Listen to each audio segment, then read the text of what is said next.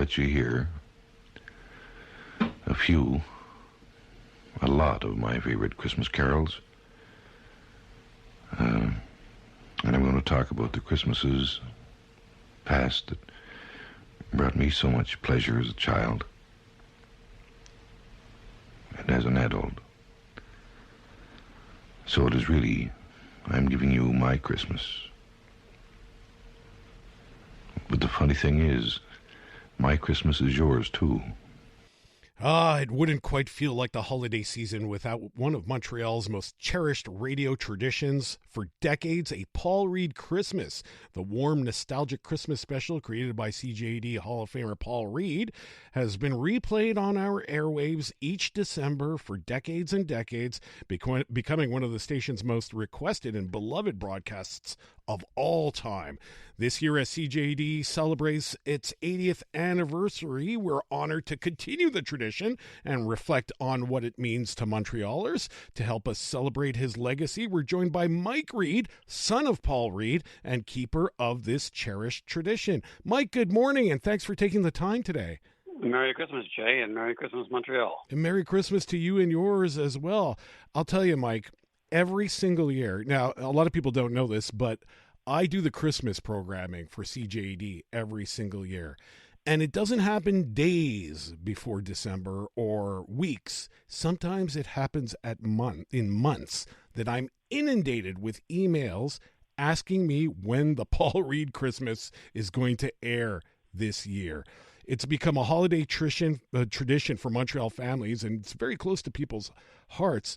Why do you think it resonated so deeply with listeners across the generations? Well, I think a good story, well told, crosses all boundaries, whether that's religious boundaries or wealth boundaries. A good story, well told, with a magnificent voice like my dad had, has the ability to touch you like nothing else.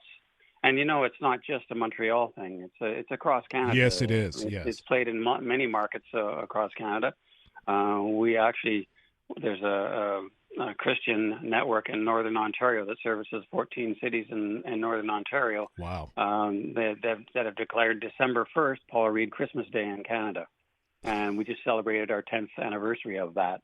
So it reaches out, and I get emails and calls from people every year looking for copies, and I read some of the nicest stories and how it changed people's lives, or how it affected people's Christmases, or how it helped them deal with grief or things like that.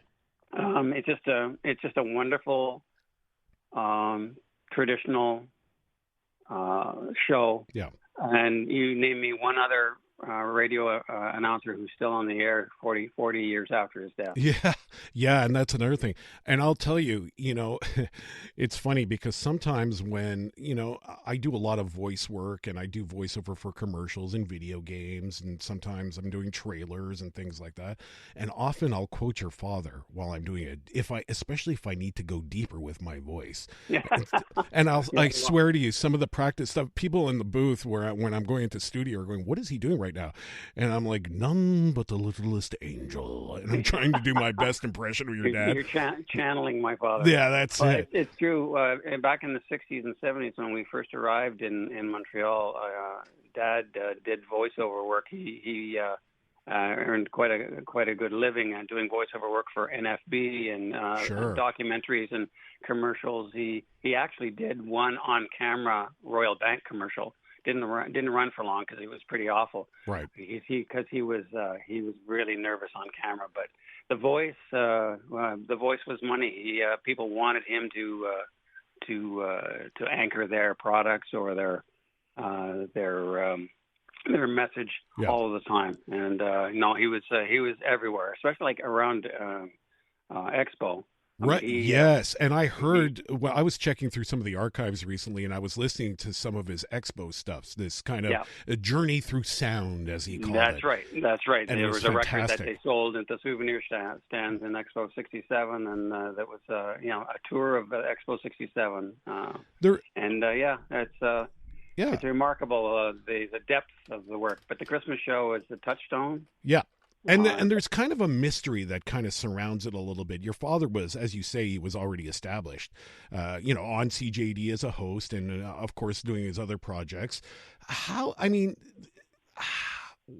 What is the origins of this Christmas special? Can you tell us a bit how a Paul Reid Christmas first came to be? I believe the year was 1974, if I'm not mistaken. No, it was much earlier than that. It was earlier, wasn't it? Okay. Yeah. Before he came to CJAD, he was at CHML in Hamilton. Right. And I accidentally, my mother left me all of his tapes, and I found a tape that had what I think is the first Christmas show, and it was him and Bill Hambley, who was a station manager in CHML, and the one other radio personality, I don't remember his name, and my dad's favorite brother, my Uncle Bob. The four of them just were sharing memories of Christmas for about 1 hour. And what was funny about it was that my dad got a really bad case of hiccups. Oh, God. Okay. While he was on the air, and Bill Hambley said, yes, CHML, professional radio. So it was quite, so I think that was the germination of it. And then every year he started to add things and make it a little longer. And he started to write the stories about his family. And every year he changed it a little bit. It was always, on CJAD, it was always aired first on December 1st. Right. It was recorded and then played several times throughout the season. But he, about 2 weeks before December 1st, my mom would tell all the kids, there were 6 of us, hey, keep the noise down. Your dad he's got his race face on here. He's starting to think and worry about the show, because he did it live on December 1st, and he changed it. Every year he would find another Christmas carol that appealed to him, or another story, and he would add it. And so it was constantly evolving. And the one that you air, I think, is from 1976. Okay. Yeah, I knew it was around that time. And that's the beauty of it as well. I think it attracts people, and it feels so comforting to people because it doesn't sound scripted. It sounds like a man talking to you and just relaying his memories in a very warm and nostalgic way, right? Well, Terry DeMonte used to say that when Paul Reid was on the air, he was just talking to you. That's it. There was nobody else in the universe. He said he was the best one-to-one communicator in radio. Yeah. And that was, again, a part of the secret of the show and of his broadcasts every night on CJAD, The Wonderful World of Music with Paul Reid. He had a legendary amount of people. He had numbers for the evening that nobody has beaten since. It's really quite stunning.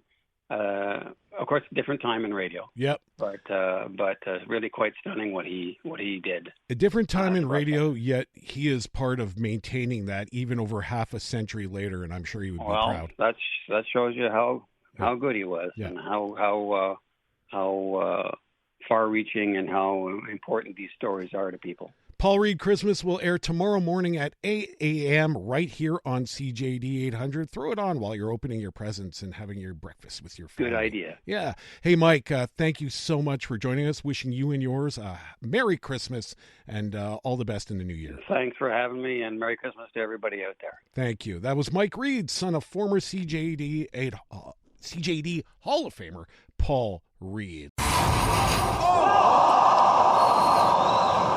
I'm Dylan Playfair. And I'm Tyler Smith. We're putting loneliness in the penalty box by talking to some of our favorite athletes about the importance of friendship. This is Bromance. Bromance is brought to you by Charm Diamond Centers, proudly Canadian-owned and operated. Charm has been part of your love stories and bromances for over 50 years. And you can find Bromance on the iHeartRadio network or wherever you get your podcasts.